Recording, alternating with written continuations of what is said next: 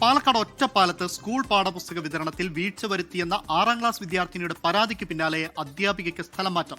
Ottapalam east government higher secondary അധ്യാപികയായ P ബിന്ദുമോളെയാണ് സ്ഥലം മാറ്റിയത്. ആദ്യം ഇതുമായി ബന്ധപ്പെട്ട ഒരു പ്രതികരണത്തിലേക്കാണ്.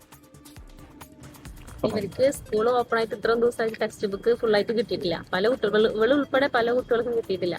ഞാൻ PT പ്രസിഡന്റ് അടുത്ത് ഇങ്ങനെ കോൺടാക്ട് ചെയ്തു. നമുക്ക് അവരുടെ നമ്പറല്ലേ കോൺടാക്ട് ചെയ്യാനുള്ളൂ. അപ്പൊ ഇങ്ങനെ കിട്ടിയിട്ടില്ല, എന്താ ക്ലാസ് സ്റ്റാർട്ട് ചെയ്യാത്ത, ചില സബ്ജക്ട് ബേസിക് ഒക്കെ തുടങ്ങിയിട്ടുണ്ട്. അപ്പൻ്റെ അടുത്ത് പറഞ്ഞു ഒരു ലെറ്റർ കൊടുക്കാൻ പറ്റുന്നുണ്ടെങ്കിൽ കൊടുത്തോ പറഞ്ഞു. അങ്ങനെ അതിന്റെ പേരിലാണ് അങ്ങനെ ലെറ്റർ എഴുതിയിട്ട് മന്ത്രിക്ക് അയച്ചു കൊടുത്തതാ.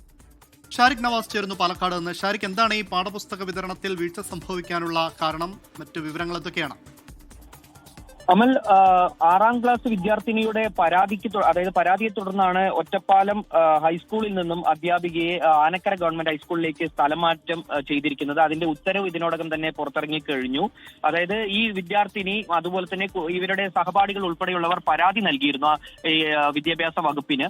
ഈ സ്കൂൾ തുറന്നിട്ട് 2 ആഴ്ച കഴിഞ്ഞിട്ടും ഇതുവരെ പാഠപുസ്തകങ്ങൾ UP കുട്ടികളുടെ പാഠപുസ്തകങ്ങൾ സ്കൂളിൽ എത്തിയിരുന്നില്ല എന്നാണ് ഇവരുടെ പരാതി. ഇവർക്ക് പഠനത്തിനായി പഠനം മുന്നോട്ട് കൊണ്ടുപോകാൻ കഴിയുന്നില്ല. മാത്രവുമല്ല ക്ലാസ് ഈ പാഠപുസ്തകങ്ങൾ ലഭിക്കാത്തതിനാൽ ക്ലാസും നടക്കുന്നില്ല. ഇത്തരത്തിൽ വ്യാപകമായ പരാതിയാണ് വിദ്യാർത്ഥിനികൾ വിദ്യാഭ്യാസ വകുപ്പിനെ അറിയിച്ചത്.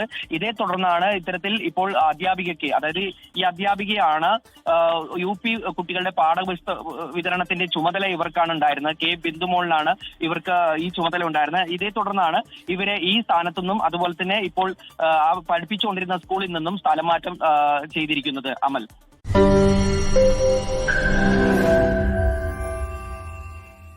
ലോകത്തെവിടെയായാലും ഏത് സമയത്തും 24 വാർത്തകളും ഓഗ്മെന്റഡ് റിയാലിറ്റി പാക്കേജുകളും എക്സ്പ്ലെയിനറുകളും വിശദമായി കാണാൻ ഞങ്ങളുടെ YouTube ചാനൽ നിങ്ങൾക്ക് സബ്സ്ക്രൈബ് ചെയ്യാം.